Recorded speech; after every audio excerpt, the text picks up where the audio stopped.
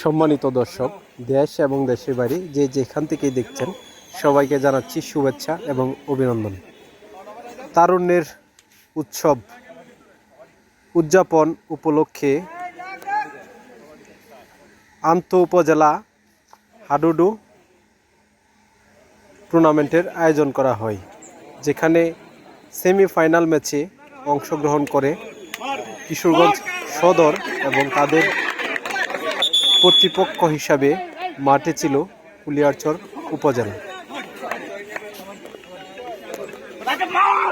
অত্যন্ত ভালো খেলে উভয় দল, দুর্দান্ত প্রচেষ্টা কিন্তু চলে, খেলার মধ্যে চলে টান টান উত্তেজনা। কিশোরগঞ্জ সদর এবং কুলিয়ারচর উপজেলার যে ম্যাচটি হয়েছিল সেমিফাইনাল ম্যাচ, সেই ম্যাচে বিজয়ী হয় কিশোরগঞ্জ সদর। তারা চলে যায় সরাসরি ফাইনালে।